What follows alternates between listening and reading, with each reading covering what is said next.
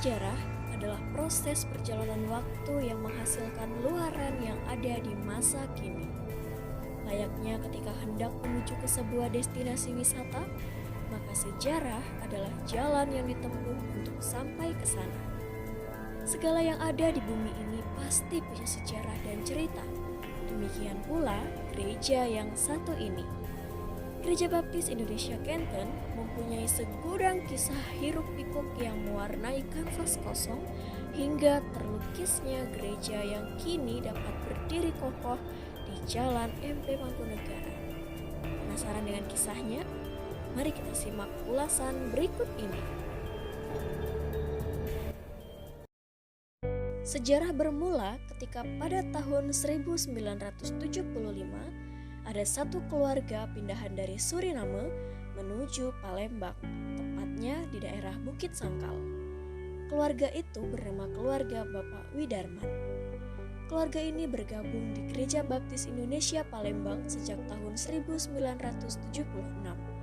Maka sebagai tanggung jawab pelayanan gereja, maka diadakan kunjungan sekaligus pendalaman Alkitab yang diadakan oleh Bapak Gito Handoko bersama dengan Bapak Yusuf Raharjo sebagai pendamping. Bapak Gito adalah seorang guru agama di sekolah, sedangkan Bapak Yusuf Raharjo berprofesi sebagai guru umum.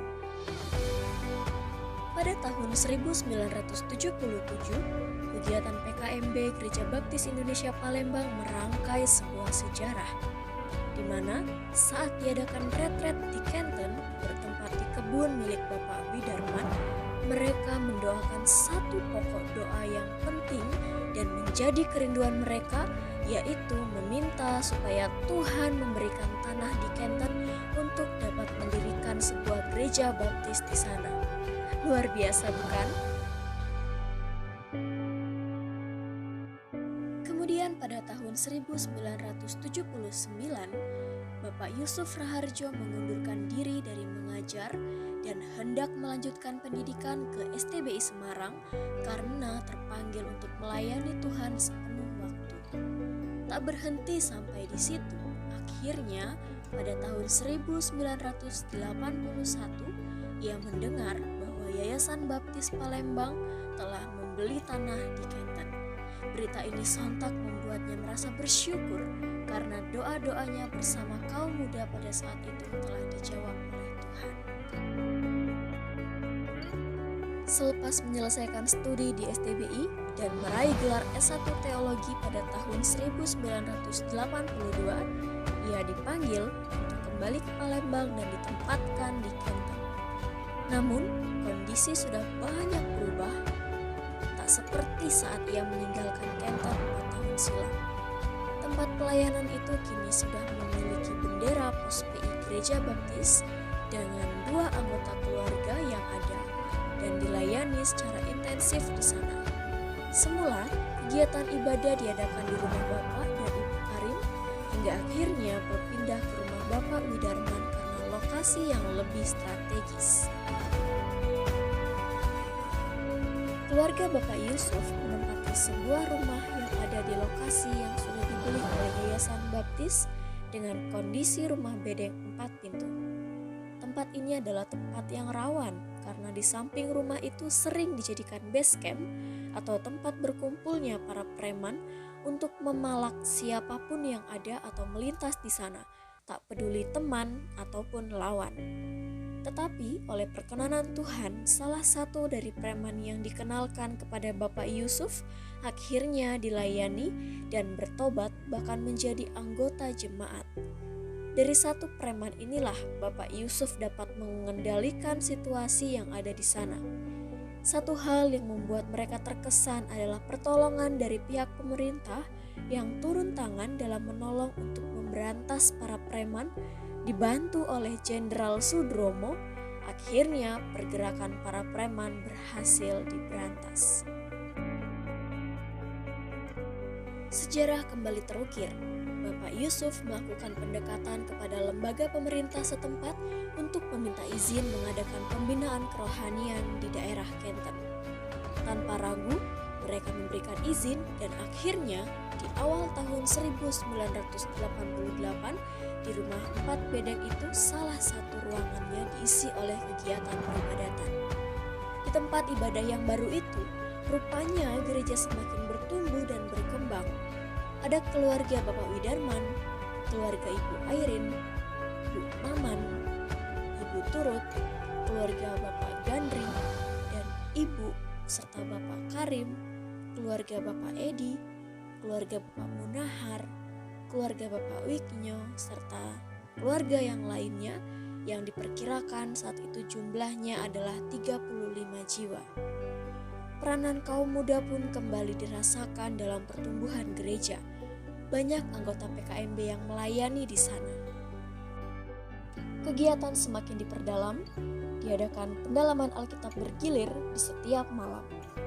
Pelayanan semakin berkembang hingga dengan bantuan dari Diakon Sumasno, Bapak Yusuf Raharjo akhirnya memulai sebuah pelayanan yang baru, yaitu pelayanan sekolah minggu di Sungai Lais.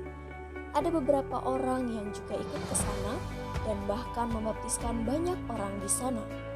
Suatu saat, Bapak Yusuf bergumul tentang pelayanan dan panggilannya untuk melakukan sebuah pembangunan sekolah di Kenten. Ia bertekad untuk memulai pelayanan di bidang pendidikan dengan membangun sebuah sekolah. 1 minggu setelahnya, Yayasan Baptis akhirnya mengirimkan bahan material untuk membangun sekolah. Namun tak lama setelahnya, pembangunan itu dihentikan oleh oknum yang kurang mengerti akan pelayanan di sana. Banyak bahan bangunan yang hangus dan rusak. Meskipun kecewa, akan tetapi keadaan itu tidak mempengaruhi semangat untuk melayani jemaat di sana. Pada tahun 1991, Bapak Yusuf Raharjo diberi peluang dan kesempatan untuk melayani di Gereja Baptis di Lampung. Dari 3 pilihan, akhirnya ia memiliki keterbebanan untuk melayani di Gereja Baptis Indonesia Chandra Kencana Lampung. Tongkat estafet pelayanan dilanjutkan oleh Bapak Pamuji beserta dengan Bapak Diakon Sumasno. Dengan pertolongan dari Tuhan, pelayanan dapat berjalan dengan baik. Meskipun sudah ada di Lampung, akan tetapi kabar tentang pelayanan di Kenten selalu sampai kepada mereka melalui surat-surat dari PKMB.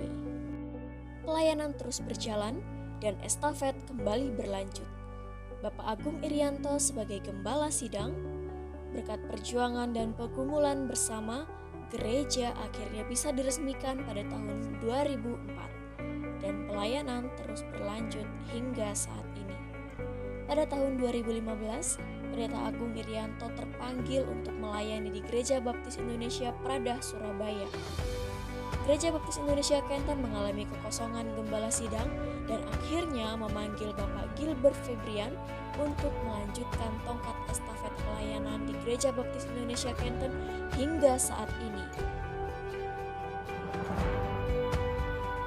Kini Gereja Baptis Indonesia Kenten telah melebarkan sayap pelayanannya dengan membuka pos PI dan TPW baru di daerah Indralaya dan Sukamuli. Sungguh menarik bukan?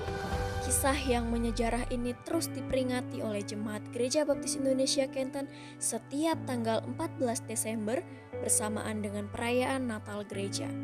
Tuhan senantiasa memberkati setiap langkah pelayanan di kemudian hari. Tuhan Yesus memberkati.